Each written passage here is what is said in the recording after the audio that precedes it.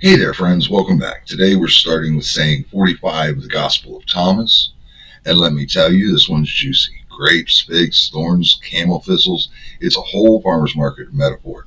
But the real flavor here, it's not about what you do, it's about who you are becoming. Let's start with what Jesus says.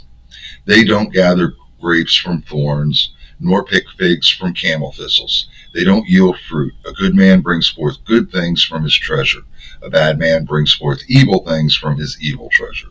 For out of the abundance of the heart he brings forth evil things. Sounds like moral advice, right? Be good, not bad. But that's too shallow a read. What Jesus is saying here goes much deeper. It's not just behavioral, it's ontological. That's a fancy word that basically means this is about the nature of reality. See, in the Gospel of Thomas, the kingdom of God isn't some far-off reward. It's right here, right now. It's something we wake up to, not something we earn. So Jesus isn't wagging his finger. He's pointing to the inner mechanics of how life actually works. Fruit follows root. Output follows essence. If you've got light in your soul, wisdom, compassion, peace, then when life puts the squeeze on you, light comes out. But if you've been stocking your heart with fear, resentment, or ego, well, what comes out isn't going to be sweet. It's like trying to get grapes from a cactus. Ain't gonna happen. Jesus is offering a spiritual diagnostic here. What's in your treasury? What's stored up in the vault of your heart?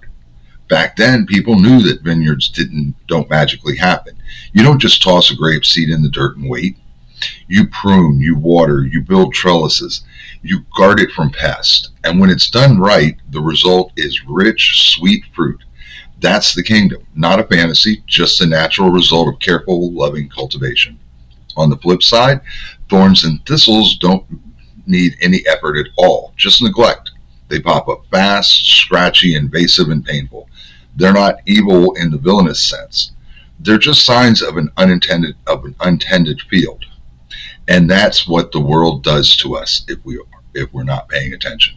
It creeps in, it plants bramble. That's the default. Jesus is saying, you will not get sweetness from neglect. You will not harvest fullness from deficiency. If you want good fruit, you've got to tend the vine. Let's talk about the word Jesus uses, treasure or treasury. Think of it like a storage chest. In Gnostic-Christianity, your heart isn't just where you feel stuff.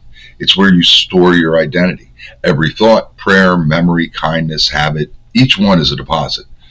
Over time, those deposits become your surplus. And when life hits you sideways, when the pressure's on, you're going to make a withdrawal. What comes out? What's your fruit? That's what people taste when they're around you. So let's be real. If your surplus is scarcity, your words will sound sharp, sarcastic, defensive, maybe even religious, but hollow. But if your surplus is fullness, you'll speak blessing, peace, truth, even when life gets rough. This isn't about pretending to be nice. It's about tending the source. What are you stocking in your treasury? So what does it take to grow spiritual fruit? Here's your vineyard maintenance kit. Attention. You can't stock the treasury if you're not paying attention. Sit in silence, even 5 minutes a day. Breathe. Let your soul remember, I came from light, I return to the light. Truth, not trivia. Real, grounded truth. Read something that moves you. Talk to someone honest. Go to therapy if needed. Truth is the trellis. Mercy, especially for yourself. The treasury doesn't take shame coins. Correct yourself and others with love, not condemnation. Service, small acts of kindness sweeten the vine. Doing good things just because feeds the soul. Beauty. As an artist, this is huge. Making art with care is not just creativity. It's irrigation. It waters the roots of your soul. Boundaries. Even the best vineyard needs a fence. Protect your time, your peace, your attention. That's not selfish, it's sacred. Confession and repair. When the fruit goes sour, and it will sometimes, don't panic. Harvest it, own it, compost it. It becomes tomorrow's soil. Want to turn this into real muscle memory? Try this 7-day fruit growing experiment. Day 1, audit. Write down your inner surplus and deficiency. Just name it, don't judge it. Day 2, trellis. 10 minutes of silence. Breathe with delight. Day 3, prune. Cut one little bramble, doom scrolling, snark, pettiness. Day 4, irrigate. Let beauty soak in, a poem, a psalm, a sunrise. Day 5, harvest. Speak one specific blessing to someone. Day 6, compost. Own a mistake, turn it into wisdom. Day 7, feast. Share the sweetest thing God grew in you this week. Repeat. That's how vineyards are made. If your words are wine, what kind would they be? Thin and sour, or full-bodied and smooth? Would they steady a room or stir up drama? Would they make people feel safe or make them shrink? Jesus isn't asking us to be perfect. He's asking us to be cultivated. You're not a thorn bush. You're not a thorn bush pretending to be a grapevine. You were planted as a vine in God's garden. If the thistles have taken over, it's not proof that you're bad. It's just proof that no one taught you how to prune. But now you know, and the living one is here to teach you. Saying 46.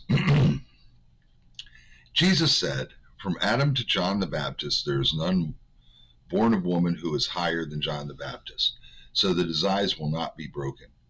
But I have said, he who shall be among you as a little one shall know the kingdom and shall be higher than John. Okay, first reaction. Sounds like Jesus is doing a little scoreboard flex. John the Baptist at the top, everyone else below. But take a breath, because what Jesus is doing here isn't ranking people like it's a divine talent show. He's flipping the whole chart upside down as usual. Let's break it down. When Jesus says from Adam to John, he's laying out a whole spiritual arc. From the first spark of divine awakening, Adam, to the final prophetic roar before the kingdom, John. Adam was the beginning, the one who received the breath of God and then forgot where it came from. His story is one of potential that got clouded. John the Baptist, though, he's the best humanity's got. Bold, fearless, fasting in the desert, calling out corruption with no filter. He's the bridge from old to new, the voice in the wilderness preparing the way for what's next. But even John, with all his fire and grit, is still part of the old system. He's born of woman, a way of saying he belongs to the physical, psychic order. And while he sees clearly, his eyes are still limited. They're not broken, as Jesus says, but they haven't yet seen the fullness. He can point to the light, but he hasn't become it. So Jesus honors John as the pinnacle of prophetic greatness, then pulls the rug out. Then comes the twist. Whoever becomes as a little one will know the kingdom, and that person, they'll be even greater than John. Wait, what? In their world, a little one had no rights, no name, no status. Children weren't cute accessories. They were voiceless, powerless. John had credentials, honor, legacy. The little one had nothing but presence. And yet, this is who Jesus says will know the kingdom. Not enter the kingdom someday, not maybe be allowed in. Know it. Like, be familiar with it. Feel at home there. That's Thomas's whole thing. The kingdom isn't a reward later. It's a recognition now. It's remembering where you came from. So what's Jesus saying? John is the best of the best at striving toward God. The little one just knows they came from God. John represents wisdom, discipline, prophecy. He's the summit of spiritual arriving. The little one represents surrender, simplicity, presence. They're the threshold of spiritual being. This saying is about origin and access. The kingdom isn't something you climb up to with spiritual achievements. It's something you fall into the moment you stop trying to earn your place and just become small. And not small as in self-hating, small as in open, honest, light, enough to float. Let's bring it home to our world. Today, greatness still gets measured in loud ways. Followers, titles, certifications, publishing deals, piety points, clean Instagram aesthetics. Even spiritual people play that game, trying to be the next John, admired for our insight or sacrifice. But Jesus says that's not how you surpass greatness. You want to be higher than John? Become smaller. Drop the resume. Drop the spiritual branding. Drop the self-importance that says, look what I've learned. And instead, be still. Be curious. Be unguarded. Be little. So what does it mean to become a little one in practice? Unlearning the fear-based God. Let the old image of a distant, angry judge fade away. Let God be Abba, intimate, creative, and unafraid of your mess. Trust your divine spark. A child doesn't question if they're allowed to exist. They just are. You came from the light. You return to the light. That's your truth. Set down your prompts. You don't need degrees, titles, or mystical experience to be legit. Those are fine, but they're not your root. Play. That one's for you. Humor, creativity, absurd joy, that's the sacred art of not taking yourself too seriously. It breaks the ego's grip. Ask questions about shame. Littleness isn't about having answers, it's about being open enough to ask why again and again. From a trauma informed lens, littleness doesn't mean you haven't been hurt. It means you've chosen not to close the channel. You've decided to stay open, even if it makes you vulnerable. That is courage. Let's make sure we don't twist this saying into something it's not. Don't romanticize ignorance. Being childlike doesn't mean being gullible or uninformed. It means being soft enough to receive wisdom without ego. Don't skip the hard stuff. John's discipline matters. Jesus isn't dismissing it. He's saying it's not the good, it's the prep. Don't try to win at humility. If you're secretly trying to be the most humble, congrats. You're back on the pyramid. Here are some questions to sit with this week. Where am I still chasing John-like greatness? How could I lean into being a little one in my work, in my prayer, in my relationships? When's the last time I felt completely free of the need to impress anyone? What am I holding on to prove my worth that I could set down? What does my inner child remember that my adult self forgot? You were born into a world of ladders, of hierarchies, of systems that said climb, prove, achieve. But Jesus offers you something wilder. He says, step off the ladder, get low, get light. Become a little one. And in that littleness, you'll find yourself standing higher than the highest prophet. Not because you won something, but because you remember who you are. The kingdom isn't a fortress for the elite, it's a field for the free. Saying 47, it is not possible for a man to ride 2 horses or draw 2 bows. It is not possible for a servant to serve 2 masters. He will honor one and insult the other. A man does not drink old wine and immediately desire to drink new wine. They do not pour new wine into old skins, lest they burst, nor do they pour old wine into new skins, lest it spoil. They do not sew an old patch on a new garment, for a rent will come. Sounds like 6 mini lessons: horses, bows, masters, wineskins, clothes. But don't be fooled. Jesus isn't jumping around. He's painting the same picture from different angles. And what's the picture? You can't mix 2 lives. You can't live from 2 sources. You can't belong to 2 realities at once. This is a message about incompatibility and about the courage it takes to stop straddling the fence and choose wholeness. Let's start with the horses. You ever seen someone try to ride 2 horses at once? Doesn't end well. You can't balance. One pulls left, one pulls right, and you're on the ground, bruised and confused. Spiritually, the 2 horses are your 2 guiding truths. One is the horse of the light, the one that runs toward your origin, the spirit of love, wisdom, and peace. The other is the horse of the system, the archontic world of fear, performance, and needing to prove you matter. And Jesus says you can't ride both. Same with bows. You only have 2 hands. One arrow aimed at freedom, one aimed at approval. Pull both and you split your strength, neither lands. These aren't metaphors for multitasking. They're metaphors for divided allegiance. If your heart is pointed in 2 directions, you end up nowhere. Then Jesus brings it home with something we all feel: the tension between 2 masters. In one hand, you're trying to serve God. In the other, you're still serving ego or validation or fear of being unworthy. And serving 2 masters is more than stressful. It's impossible. You will lean toward one and push the other away. You will start making choices that honor one reality and dishonor the other. In the Gnostic-Christian lens, this isn't just God versus the devil. This is fullness versus deficiency, pleroma versus kenoma. One master knows you were born in the light. The other keeps you running on a treadmill of not enough.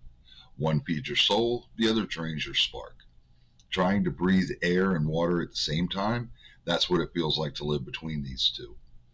Then Jesus shifts the imagery again, from horses and masters to taste and transformation. He says, if you've been drinking old wine, you're not going to instantly crave the new stuff. Why? Because taste buds need time. If you've spent your life sipping fear, shame, judgment, and performance, then when the kingdom comes along tasting like peace and joy and rest, your first reaction might be, this is weird, this doesn't feel like me.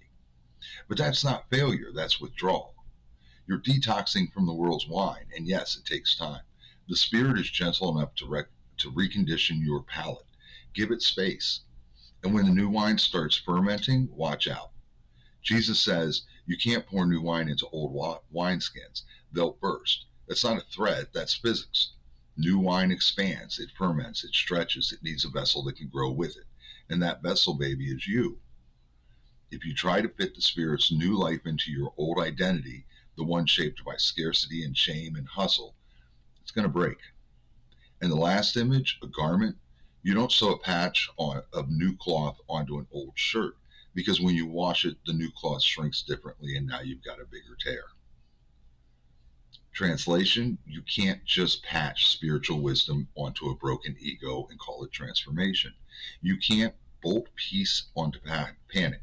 You can't slap grace onto control. You can't sew kingdom on top of your survival strategies. It doesn't work. The patch rips and it hurts worse than before. Jesus is saying, don't patch, replace. The kingdom is not an upgrade, it's a whole new outfit. In the Gnostic-Christian lens, all of this is deeply symbolic. The horses and bows, the tension between your divine nature and your false self. Split focus is spiritual fragmentation. The two masters, the battle between the true source of life, the light, and the counterfeit game that emerges system. The wineskin, your inner structure. If it was built to survive, not to thrive, it's going to burst under the joy and expansion of the Spirit unless it's renewed. The garment, your identity. Kingdom life doesn't accessorize your old self. It replaces it with something woven from glory. So how do we live this? Pick your horse. Stop straddling. Choose the light daily, even when you wobble. Draw one bow. Set your intention on love, not fear. Let your aim be true. Retrain your taste. Expect resistance when you switch wines. Start that one over.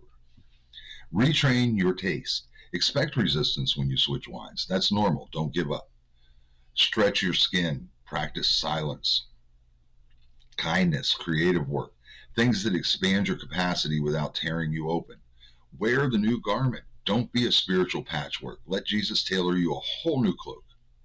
In psychology, the saying maps beautifully. Trying to serve two masters, that's the experience of internal conflict. Two voices inside you at war. One says you're beloved, the other says you better earn it. Until you pick who you believe, peace won't come. The wine is your emotional energy. The skin is your ego structure. If your old strategies can't stretch with your healing, they'll snap. That's not failure. It's your soul asking for new architecture. There are some pitfalls to watch for. Spiritual tourism, dabbling in kingdom life while keeping your old self on standby. Form without substance, doing spiritual stuff with your ego still at the wheel. Patchwork piety, trying to fix your anxiety with a quiet time instead of actual surrender. Some reflection questions. What's my second horse? What am I still trying to keep?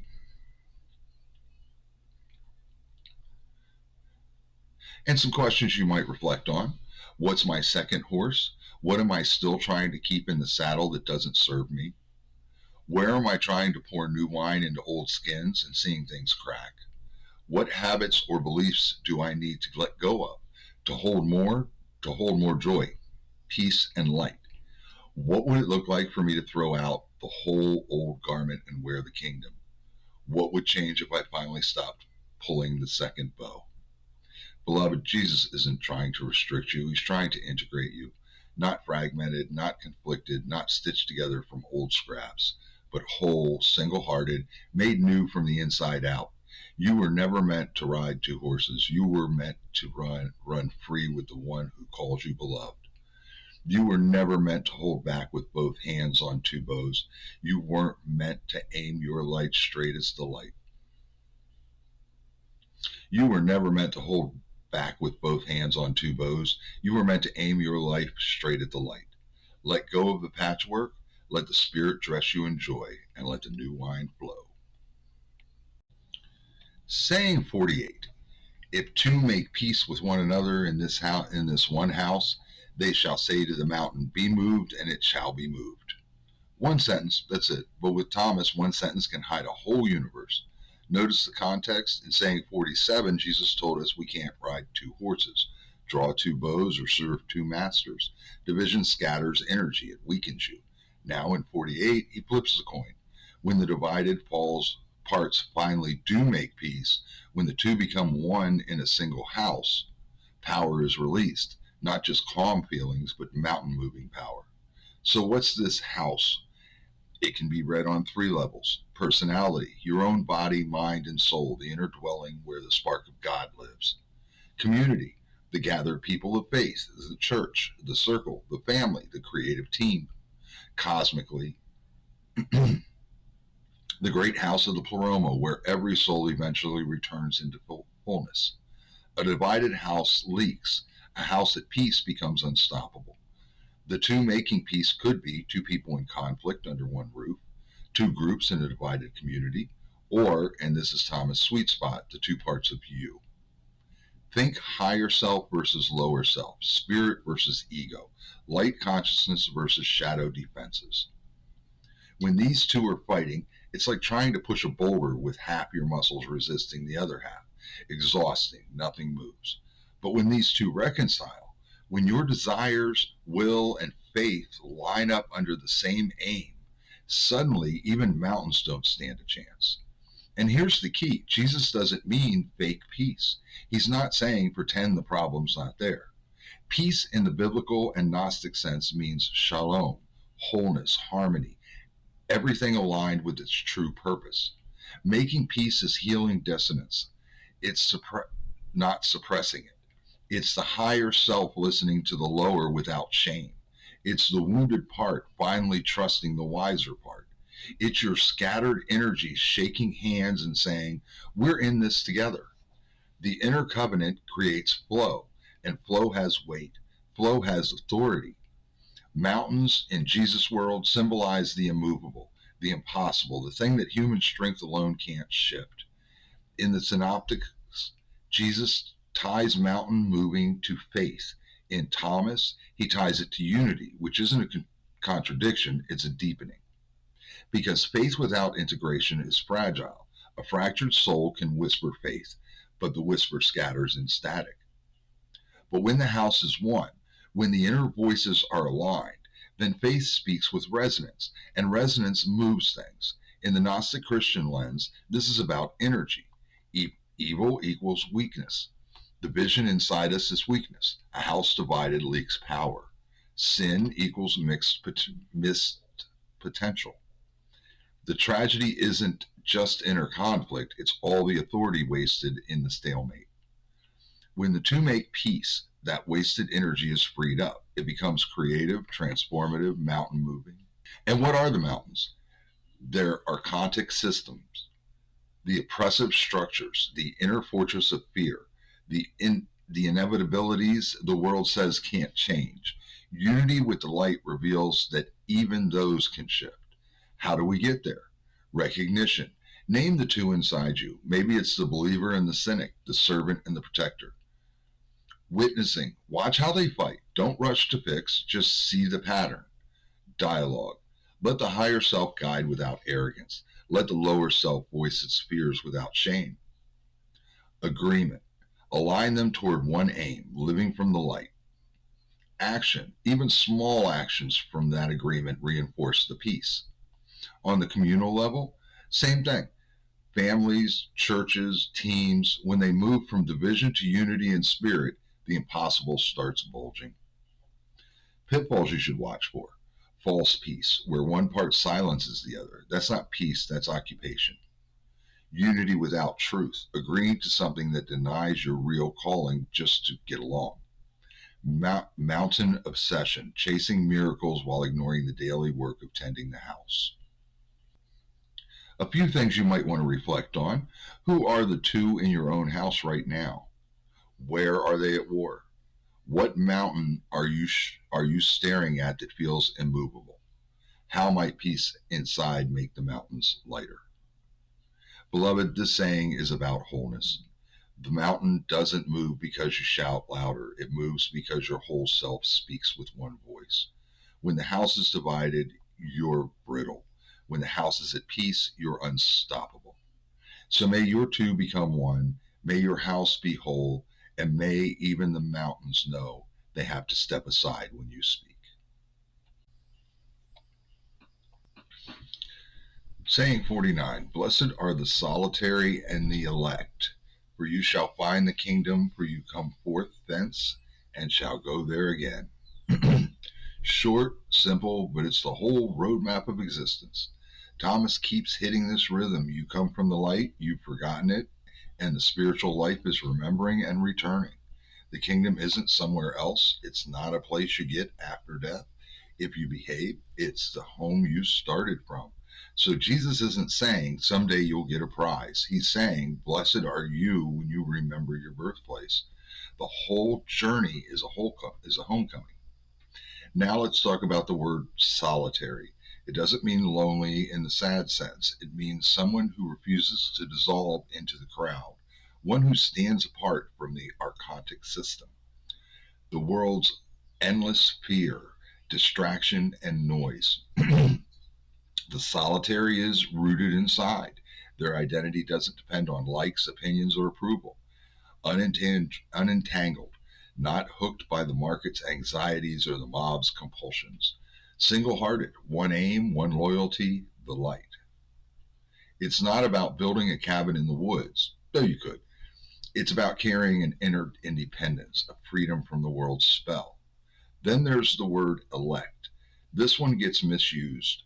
People hear elect and imagine a small club of favorites while the rest are rejected. But in Thomas's lens, elect means something different. Those who recognize their origin and consent to it. The choosing is mutual. God begets you in the light. You elect to live like that's true.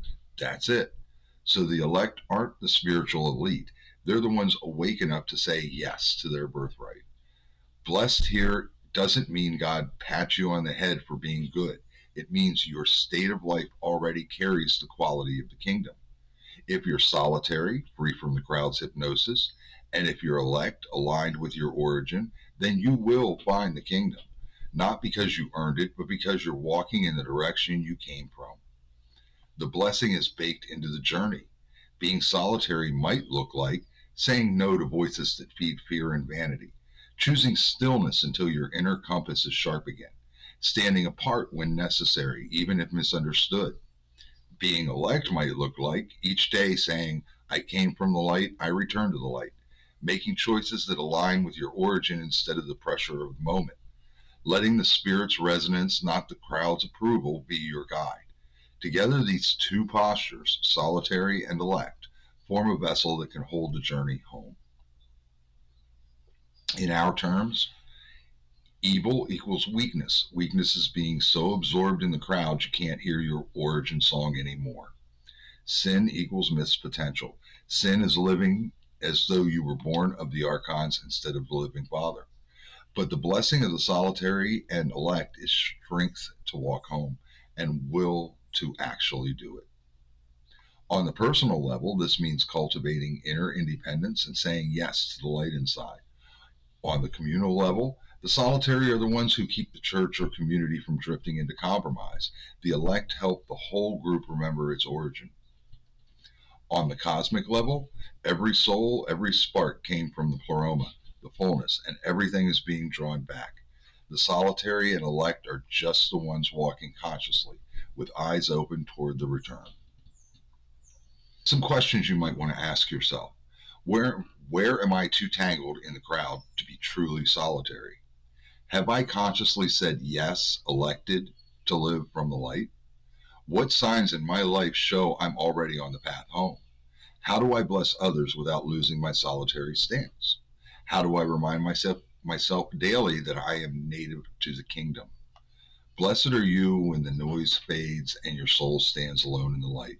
Blessed are you when you choose again and again to live from your true birthright, because the path home is already under your feet, and the kingdom you will find is the kingdom you came from all along. Saying 50. If they say to you, where did you come from? Say to them, we came from the light, the place where the light came into being on its own accord and established itself and became manifest through their image. If they say to you, is it you? Say, we are its children. We are the elect of the living Father. If they ask you, what is the sign of your Father in you? Say to them, it is movement and rest. It's 3 questions and 3 answers, almost like a password exchange between the awakened and the curious. But it's not about passwords. It's about identity. It's origin, belonging, and evidence all packed into one line. Most people, if asked that, would say, I'm from this family, this nation, this tradition. That's fine. But it's not the deepest answer. Jesus says your true origin is the light, not sunlight, not candles, the light that existed before anything else. God's fullness, the pleroma, a light that came into being on its own with no cause outside itself, a light that established itself steady and sovereign, a light that became visible in the image of the living Father. That's your birthplace, not dust, not deficiency, not the archon system of fear. You were born of light. The second question, is it you? And the answer, we are its children. We are the elect of the living Father. Children, not servants, not pawns, not accident, children. That means likeness, inheritance, belonging. Elect here doesn't mean favorites in some divine lottery. In Thomas's voice, elect means you've awakened to your birthright and chosen to live like it's true. God elects by begetting you in the light. You elect by connecting to it. This is not elitism, it's alignment. Anyone can say yes. Now comes the big one. If all that's true, if you came from light and belong to the Father, how can anyone tell? What's the evidence? Jesus says, movement and rest. That's the fingerprint of the kingdom. Movement, creative engagement, love in action, justice, beauty, energy that pours out without fear. Rest, rootedness, peace, stillness, knowing you don't have to hustle for your worth. The pleroma, God's fullness, holds both perfectly.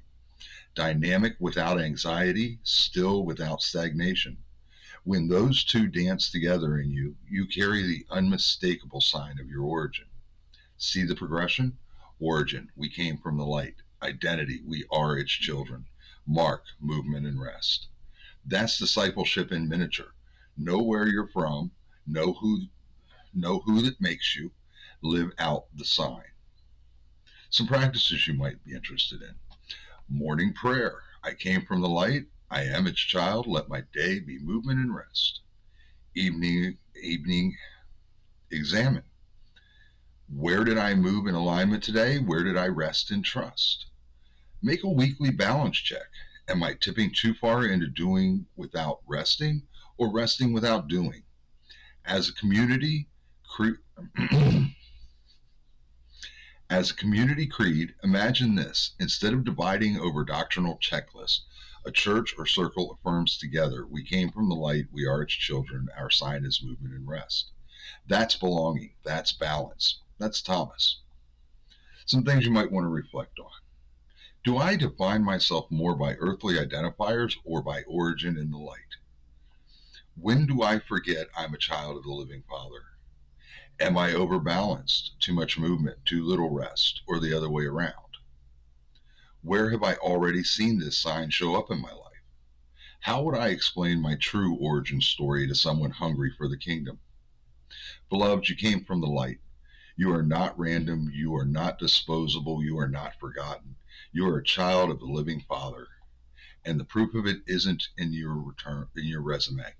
It's in your rhythm. Do you live with the courage to act and the peace to rest?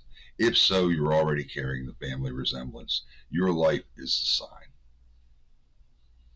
Saying 51. When will the repose of the dead come about, and when will the new world come? They're basically asking, when will the dead finally rest? When will the whole world finally be made new? And Jesus, as usual, flips the timeline. What you look forward to has already come, but what you do not recognize it. The disciples' first question is about the dead. For them, repose meant peace, rest, resolution, maybe even resurrection. But in Thomas' Gnostic idiom, dead can be read three ways. Physically dead, those who passed. Spiritually dead, those asleep in ignorance, cut off from the origin of the light. Ego dead, those who have let go of the false self. Repose isn't just sleep, it's liberation from the turbulence of the archontic world. It's restoration to the light, and Jesus says this repose isn't waiting for some cosmic schedule. It's available the moment you awaken. The disciples also want to know about the new world. In Jewish imagination of the time, that meant justice for the oppressed, peace among nations, creation restored, the righteous resurrected. They want an event, a big flip of the cosmic page. But Jesus says, what you're waiting for has already arrived. The problem isn't time, it's recognition. This is Jesus dismantling our obsession with when. The kingdom isn't at the end of history. It's hidden in the present. The new world is not a someday reward. It's a dimension you can wake into right now. Thomas's Gnostic accent is clear. The pleroma, fullness, is always now. The archontic system overlays it like a veil. Awakening is lifting the veil. The tragedy isn't that the new world is delayed. It's that we don't notice it. How do we enter repose now? We die to the false self, release identities built on fear, status, and control. We rest in our origins. You come from the light, the fact that fact is your security. And you slow your striving. If the new world is now, you don't have to rush to bring it. You embody it. How do you live in the new world now? See differently. Practice spotting kingdom qualities already breaking through. Love, mercy, justice, beauty. Act accordingly. Align your choices with that reality, even if the culture around you still plays old world games.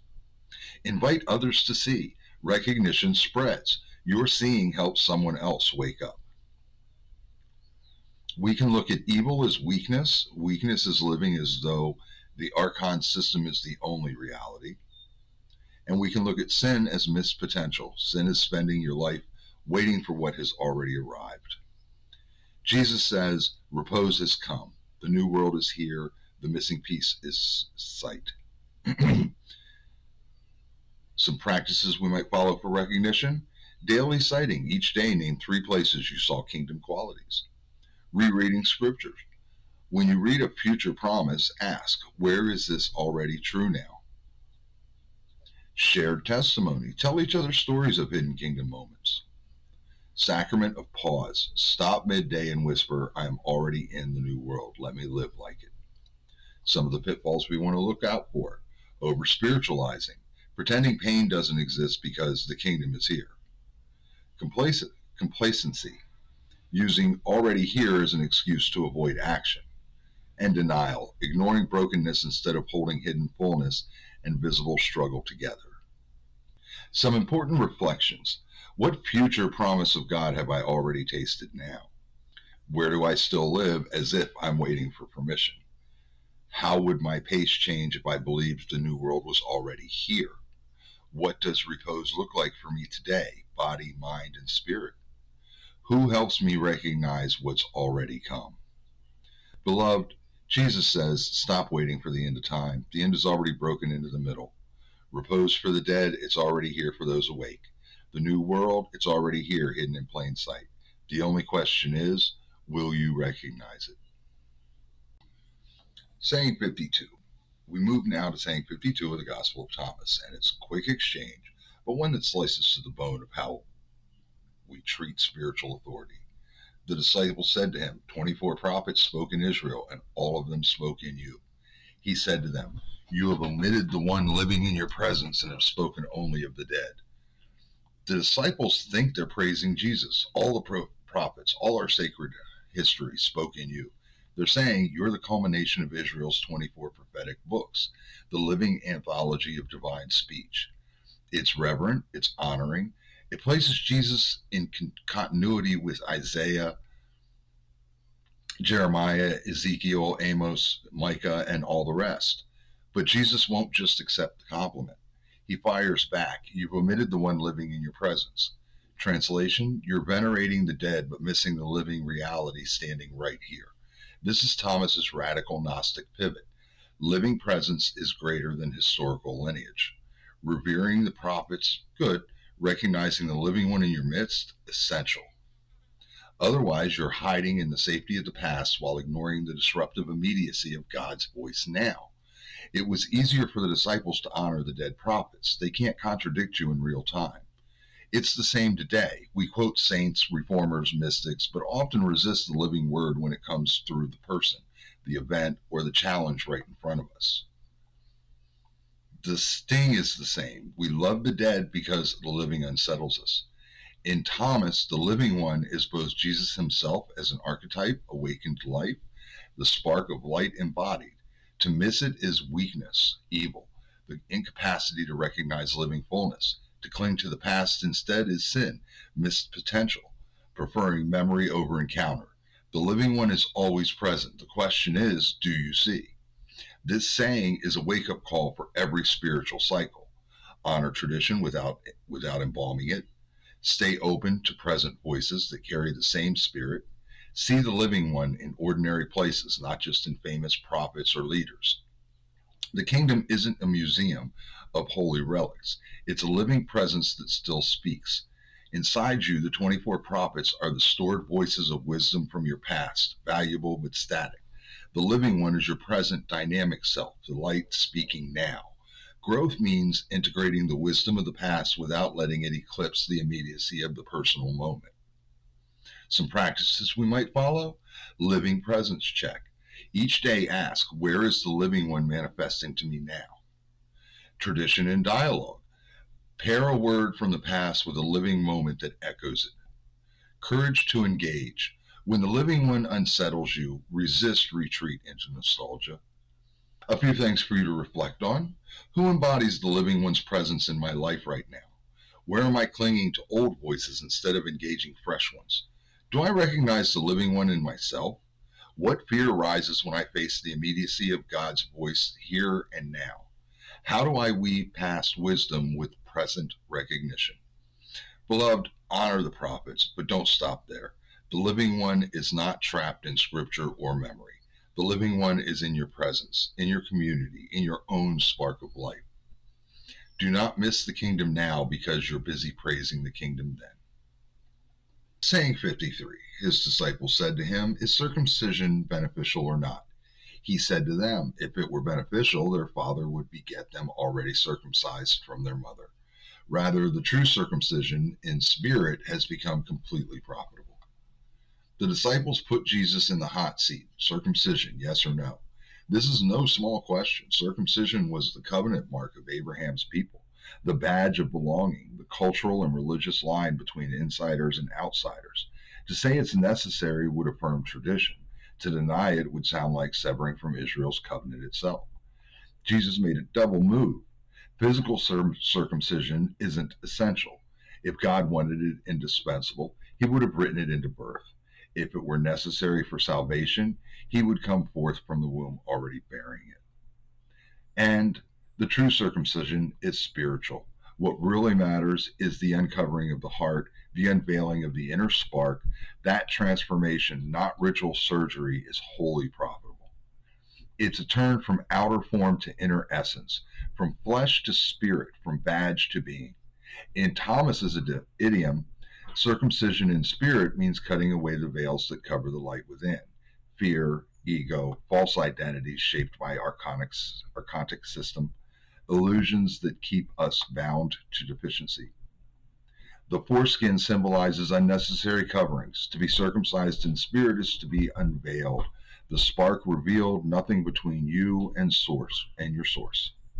The light does not require human modification to validate you. The covenant is inscribed in your being already. Gnosis simply makes you aware of it. Why this is radical? It decenters external religion, Belonging is not about ritual compliance, democratizes the kingdom, anyone can awaken to the true sign, and it threatens systems because it bypasses the institutions that enforce identity through outward markers. This isn't antibody, it's anti-reduction, refusing to confuse fleshly signposts with fullness itself. Spiritual circumcision is not a cosmetic patch, saying 47's warning about old cloth. It's decisive unveiling. Once uncovered, you live unveiled. You don't recut, you embody the new state. In psych terms, it's pruning the defenses that once kept you safe, but now block intimacy with God and others. It's scary because unveiling makes you tender, but that very tenderness is where the light shines through. This flows with the previous sayings. 52, don't get lost venerating the dead, recognize the living one now. 53, don't get lost in external signs, undergo the true inner transformation now. Both expose the temptations to cling to what is safe and external while avoiding the immediacy of the living kingdom. Some practices we might try. Discern the covering. What habit, mask, or fear is veiling your spark? Consent to removal. Offer it to God's gentle hand. Let the Spirit cut away what no longer serves. Live unveiled. Show up as your true self without status props. Guard the tenderness. New exposure is fragile. Protect it from shame and cynicism until it strengthens. Some pitfalls that we want to watch out for. Ritual pride. Flaunting inner awakening as another badge. Half measures. Removing what costs little but clinging to deep coverings. Antibody error. Dismissing all embodied practice instead of reframing it. You might ask yourself, what coverings still veil my spark from shining? Where am I still leaning on external badges for security?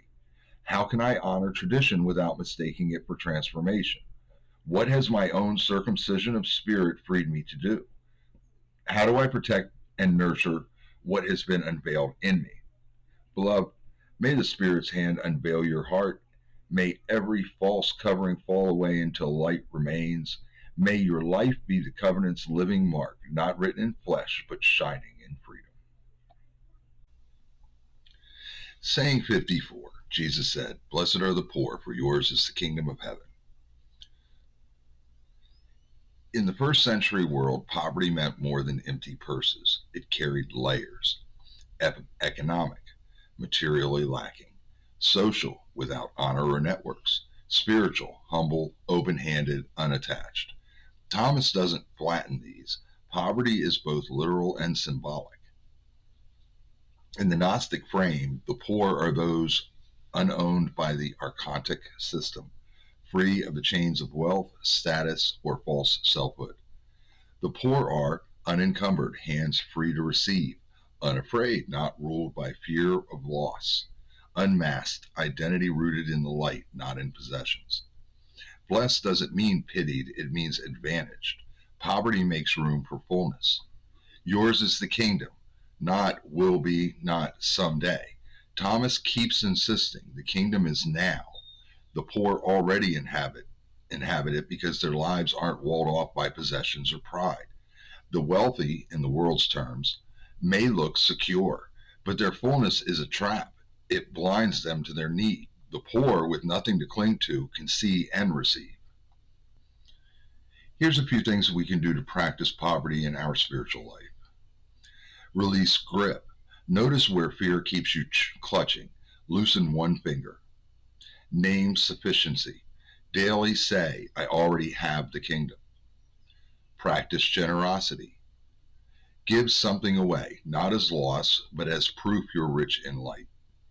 Simplify. Clear clutter. Reduce noise so there's room for what matters. Some pitfalls we want to watch out for. Romanticizing poverty, ignoring the suffering of material lack. Performative simplicity, flaunting detachment as a new kind of wealth. Ascetic pride, mistaking avoidance of the world for freedom in God. And we have 5 things to reflect on. What are we still clinging to for security? When have we felt the freedom of holding lightly? What would it mean to own the kingdom today? How might we simplify without posturing? How can we bless others from detachment rather than from fear?